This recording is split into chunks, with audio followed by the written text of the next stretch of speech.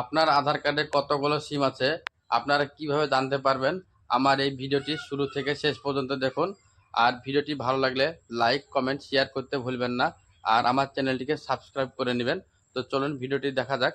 দেরি চলে এসেছে আমি মোবাইল স্ক্রিনে। আপনারা যে কোনো একটা ব্রাউজার ওপেন করে নেবেন। তো আমি ক্রোম ব্রাউজার ওপেন করে নিচ্ছি এবং আপনারা এই যে সার্চ বারে গিয়ে টাইপ করবেন ট্যাপকপ।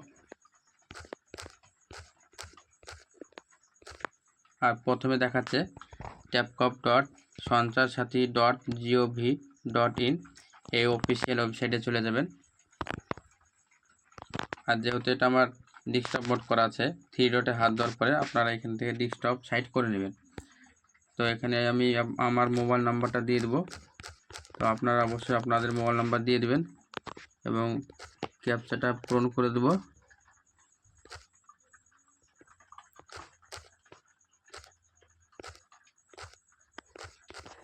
এবং ভ্যালিড ক্যাপচা করে দেবো। একটা ওটিপি আসবে আমার মোবাইলে এবং সেটা আমি এখানে ইনপুট করে দেবো 34 এবং আমি লগ ইন করে দেবো।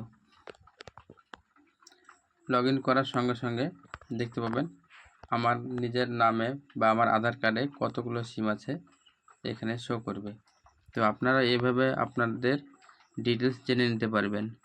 তো আই হোপ আপনাদের এই ভিডিওটি ভালো লেগেছে। তো অবশ্যই আপনারা লাইক কমেন্ট শেয়ার করতে ভুলবেন না।